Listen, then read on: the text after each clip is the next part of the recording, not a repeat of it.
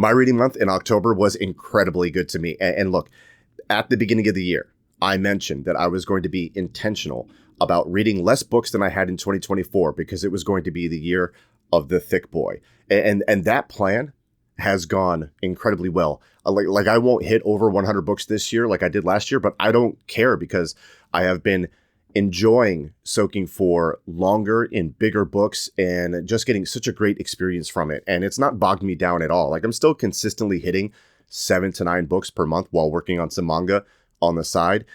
In October, it was 8 books. 6 of them were over 500 pages. I had an average rating of 4.16 with 3 books rated 4.5 or better.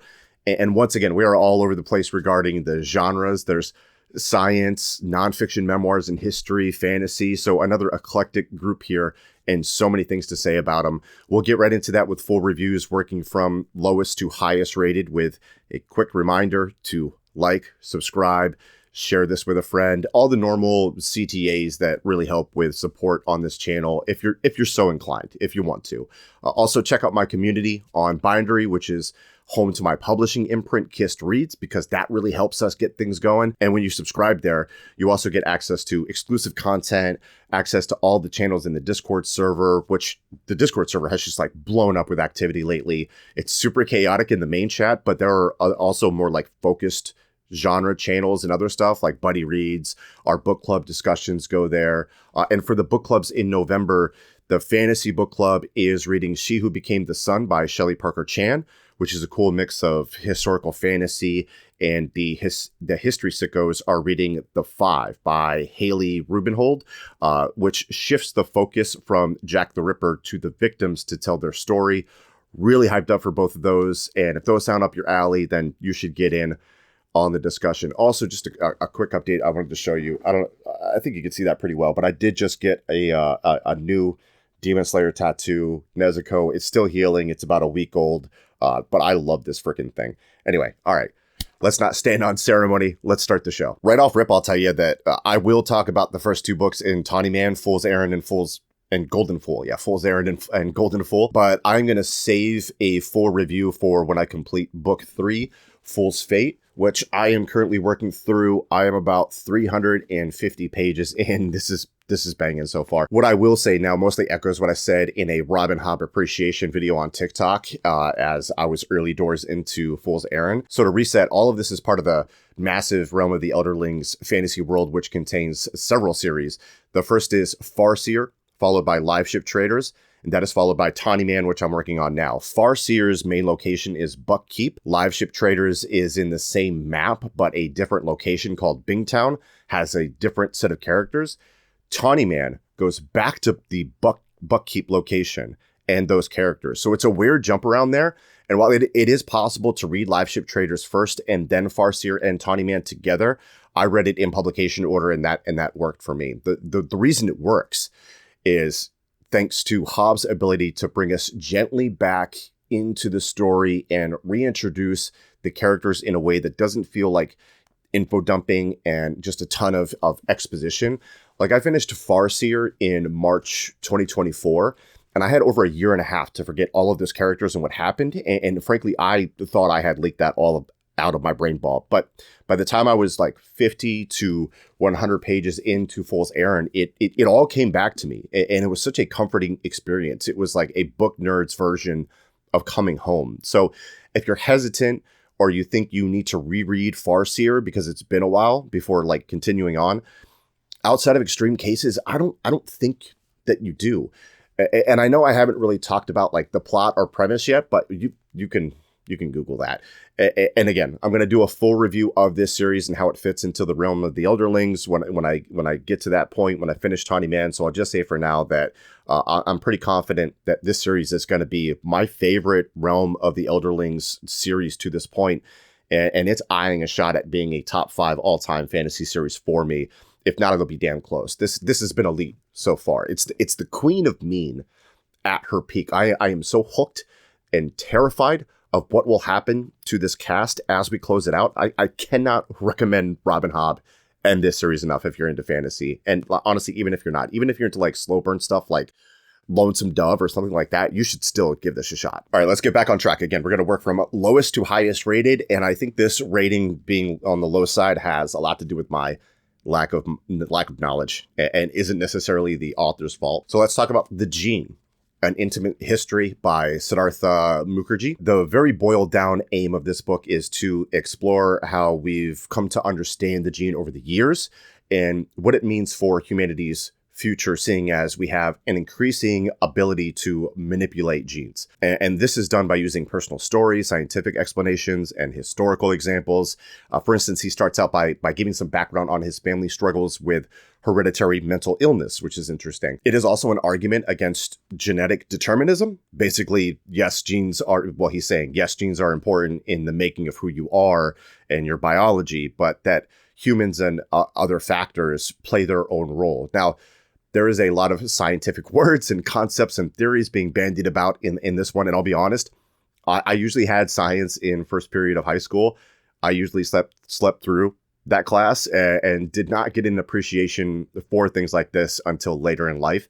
So I am not the sharpest crayon in the drawer. And this did take me a while to get through. I was reading this on the side for about 2 months, just like taking down a chapter here and there, until I saw that the finish line was in sight, and then I plowed through it. And while I gave this 3.25 stars, which is not a bad rating necessarily, and I think maybe that low rating again is more on me than the author, I was surprised and a little vindicated, I guess, by the number of people in the comments that told me that they preferred Mukherjee's other book, Emperor of All Maladies, which is a book about cancer, saying it was much less rambly, more concise, more accessible, easier to track, all of those things. And all of my issues stem from the writing style and some of the choices, not the actual science of it. For example, the memoir style bits after the first part, they never felt integrated closely enough to the points that he was making on the science. The writing style was heavy with metaphors and excessive language. It tends to weave in and out of multiple threads too quickly and lose its way at times. I don't know. It just felt like he couldn't help himself and also like can't stop interjecting himself into the story in a way that's not obtrusive to the reader who was just trying to get some cold hard science. So that's the main reason for the dings in the rating. The science, and I am no expert, keep that in mind. The science seems sound, and I do agree with more of the ethical things that he's bringing up and taking away from all of that. So it's a good book, dragged down for me by some of the overindulgent writing. So it's a maybe recommendation for me, but I will try Emperor of Maladies at some point. The next book has some similar criticisms, but balance things a little bit better overall. And memoir is literally in the subtitle, so it tells you more clearly what it is up front. Anyway, I gave 3.5 stars to Some People Need Killing, a memoir of murder in my country by Patricia Evangelista. This mainly covers the Rodrigo Duterte presidency in the Philippines, which spans from 2016 to 2022, where Duterte uses the war on drugs as a pretext for committing thousands of extrajudicial killings. And it explores how violence can be normalized and justified when you frame it a certain way, where politicians do, with inflammatory rhetoric, right? We are cleansing the streets of these foul elements and making things safer for regular law-abiding folk. You don't need to worry about that. And this is why we're encouraging these governmental and vigilante groups to wipe out suspected drug dealers and users. That's the framing of the rhetoric there. And in the early portions, which I thought were quite strong, we also get into the history of the Philippines, their rise against the Spanish rule, the colonial past with America from 1898 to 1946, their uprising against the reign of Ferdinand Marcos in 1986 as they attempt to restore democracy. All of that is brisk, but had just enough detail to fill in a lot of blank spots for me. So I really did enjoy and appreciate that section. Now, Evangelista was a journalist covering the reign of Duterte, specifically covering the war on drugs and the killings that sprung from that. And there are some harrowing stories there, because there are mothers and fathers being shot in front of their children, children being shot in front of their parents for attempting to intervene with an arrest, not because they were these like powerful drug dealers, but just because they may have done a drug once a year ago, like stuff like that. And once that becomes acceptable and the norm, power only escalates from there, and they take and they take and they take more power, and they continue to just ramp up these crazy things. So from like page 71 here on a police officer and self-described death squad leader, he says, quote, "In the beginning, we targeted and killed drug addicts, drug pushers, snatchers, holduppers, and other criminals. Later on, however, we were ordered by Duterte to go after and kill his personal and political enemies. We became like hired or contract killers who killed not only criminals, but innocent people," end quote. And you may ask, why did people vote for this? And instead of reading out another passage, I'll post this screenshot from page 118 that is towards the end of unpacking some of the psychology behind it. And this is where I find some of the parallels interesting, and why I take such an issue with American politicians trolling the other side for a reaction when talking about very serious issues. You can pause the video if you want to read that. But yeah, so much of this book is baffling and infuriating and really well covered. I think my issues come with the style and execution of some of it, the self-insertion by the author that doesn't always fit well within the narrative, the sometimes jumbled timeline. The writing itself does feel very much like a reporter at times, and that can be off-putting in a book like this. And while on the whole, she attempts to explore the psychology behind why people in these death squads would be on board with this, I still felt wanting a little more there. So it's not on par with something like Ordinary Men by Christopher Browning in unpacking that psychology, or with First They Killed My Father by Lo Wang in other aspects. Still, though, I would recommend this. 3.5 stars, a solid piece of journalism made into a broader narrative. It'll definitely raise your hackles and give you something to chew on. We're going to break up the nonfiction with some fantasy. And this was the Fantasy Sickos Book Club pick for October. We had a vote between 4 books, and we had a tie between 16 Ways to Defend a Walled City by KJ Parker. You heard me talk about She Who Became the Sun by Shelley Parker Chan, which is our November read. And that's how that happened. We had a second vote between just those two in the Discord server, and they tied again. Because my community enjoys trolling me. So at that point, I just let the Wee Emperor pick between the two. So in October, we read 16 Ways to Defend a Walled City. And in November, if you want to get in on this again, we are reading She Who Became the Sun. Anyway, let's dig into 16 Ways. This has a very straightforward premise. There's a siege in a great city, and the engineer, Orhan, is tasked with leading the defense of it. The story is told from Orhan's first-person perspective as he recalls the events and struggles and creative solutions, interpersonal dynamics, and so on.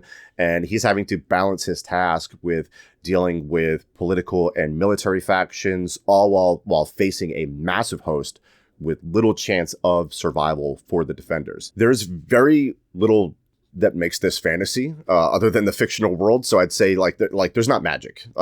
So I'd say this might be a good bridge into fantasy if you're into the genre. Like the fantasy part is just the fact that it takes place in a different world.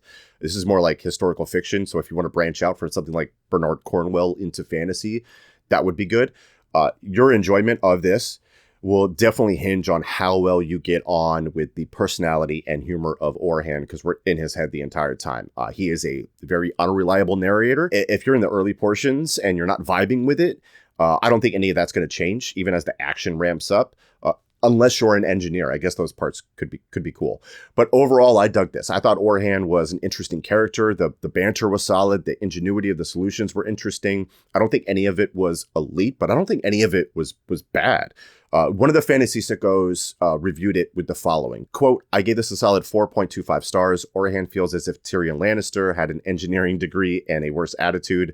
Chaos, sarcasm, and siegecraft at their finest. Not an all-timer, but a clever, funny break from the usual epic world-building fantasy sagas." I agree with Kyla, ordering the next books in the series as a nice palate cleanser, end quote. I gave this 3.5 stars. I agree with the Sickos that these books do feel like they would make a good palate cleanser because it didn't take a ton of brain power to absorb it.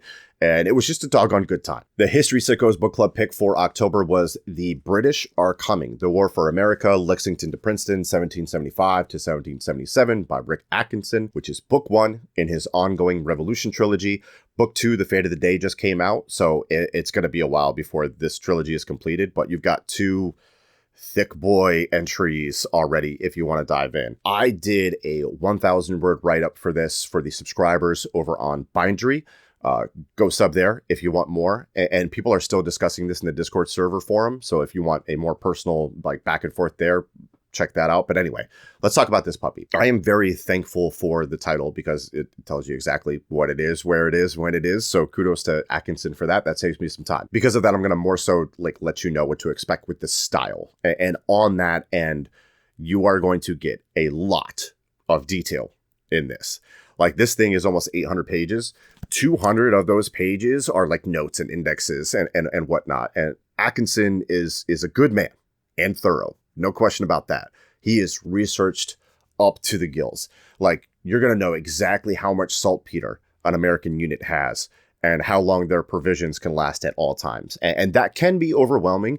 You're also going to get the scene set for you really beautifully. And I'm going to praise Atkinson for this because it has this transportive quality. It is so vivid, the way that he paints a picture for the reader. But yes, it does add to the page count. So it depends on your preference there. Also, if you're not a military history type reader, I mean, I don't know what you would expect from this because like the battles are pushing the narrative here. But yeah, you might get your eyes crossed reading about every tiny movement and encounter from the regiments on each side. I just want to warn you about that. The other thing Atkinson does well is using quotes selectively to like wrap up or enhance a scene. That part is also done quite well. And the language of it is so interesting to me. I learned a lot of new words that have since fallen out of use, and it just adds to the vibe of it. Anyway, one of our members, Boots, shout out Boots, put it well when he said that this is the middle ground between something like 1776 by David McCullough, which is a more general overview that moves at a pretty brisk pace. And then on the other side of that is really anything written by Ron Chernow, who will tell you the length of George Washington's leg hairs. And I agree with that. It's very detailed, but not on Chernow's level. It's pretty readable if you're able to get locked in, but you got to want it. You got to be interested in this period or you just won't care about the small details that round this thing out. So to put a bow on this, I could have used some more analysis and reflection from Atkinson, which is the main thing bringing my rating down, just the stylistic choice there. And that was a clear choice from Atkinson on his side, so that may work better for others. But 4.25 stars will definitely continue on to the fate of the day at some point. I loved my time soaking with this. It was a very well-balanced treatment. So yeah, I would definitely recommend this if you're interested in the American Revolution. Probably not as an introductory read like 1776 is, but if you've got a good base and you want to further your knowledge, then definitely check this one out. All right, so this next book is another one where you got to be like, I really want to learn about this shit. And I did. I have spent part of my year plugging a knowledge gap in French history, working back from the Capetians with a book like House of Lilies, and through the French Revolution with this one, A New World Begins, The History of the French Revolution by Jeremy D. Popkin. So when we say the French Revolution, I'll just tell you, this book is going to take you from around the 1770s, with the bulk of it really dating and dialing around 1789, and through the Revolution and to the end of the Republic under Napoleon at the end of 1804. This book came recommended to me by one of the people in our community that I trust a lot with history recommendations. She also recommended The Revolutionary Temper by Robert Darnton as a prelude to it, which I just reviewed in the August wrap video, and just spot on with that combination, because I do feel like I was very much prepped for A New World Begins, and I was able to jump right in and not stumble at all, really. So I got to see the build up to the revolution from different angles, from different historians and analysts. Actually, a third angle, if you think about it, because in July, I read Hero of Two Worlds by Mike Duncan. So we kind of experienced the French Revolution through the eyes of the Marquis de Lafayette there. So yeah, a lot of different angles in the lead up, and this one was just perfect for the actual revolution itself. And that's what I was looking for. I was looking for a comprehensive, detailed breakdown of all the twists and turns in the saga. I don't need a bunch of fancy words to say that this just slap delivered. The writing style is clear and engaging. It kept its momentum. It never felt too convoluted. It gives you a good understanding of all the factors in play. It feels like a great single volume modern synthesis that is accessible despite its complexity and depth. I've been told by students that this was assigned to them in college, and I can definitely see why now. I also find it fascinating that even with this happening hundreds of years ago, we don't have any like firm takeaways, like really only theories about what happened here and what it means for the future, which Popkin was right to point out in this. 4.5 stars will definitely be my go-to book recommendation for the French Revolution moving forward. My best book of the month was a reread. It was a top 5 fantasy book for me when I read it in 2023. It was our Fantasy Sickos Book Club selection for September. I just pushed it to really late in the month and finished it in October because I wanted to get as snug up to the release of The Strength of the Few as possible, which, hey, shout out to Simon & Schuster and Saga Press, because I've got that right here. I reviewed this on my short form platforms, so let's just kick it to that for my thoughts. Did it bang as hard as I remember? Let's talk about it. The setup is we follow an orphan infiltrating an elite academy built on a hierarchy of debt and loyalty. This main POV is hiding his identity while plotting revenge against the empire that destroyed his family. It is heavily coded for me as a Roman history nut because the social hierarchy, the architecture, the political systems are like a modernized ancient Rome. Now, a heavily debated topic concerns the main character, who leans overpowered, extremely competent Mary Sue, but I found that with his background, it was plausible. His flaws and missteps countered some of the allegations, and frankly, I like that we didn't have to have a whole book be a training montage just to reach the same endpoint. It also takes a smart writer to write an actually smart protagonist, and Islington proved that his brain is plenty wrinkly. And I don't know for sure, but I imagine the challenges for our main character here get tougher as the series progresses. I love the sense that you never knew who you could trust. You're always trying to sniff out these clues during these interactions. The writing was polished, the dialogue was sharp, the action was actioning. And while it does feel a lot like Red Rising and other books that use the same tropes, there's enough to set itself apart. If you're trying this and you're not hooked by the end of part 1, I think that's your answer on if you should press on. But if you do press on, the ending is super cuckoo bonkers and rewarding. In summation, this held up for me, and I'll definitely continue on with The Strength of the Few. That is 8 books, 8 book reviews. I hope you enjoyed everything I had to say about them, and maybe you found some new books to put on your never-ending TBR. Again, like, subscribe, all that stuff is appreciated, but also I just appreciate you being here to listen to me ramble, so that is more than support enough. And I will hopefully be posting more in November here on YouTube, so look out for some new content from me. I'll see you on the next one. Appreciate y'all.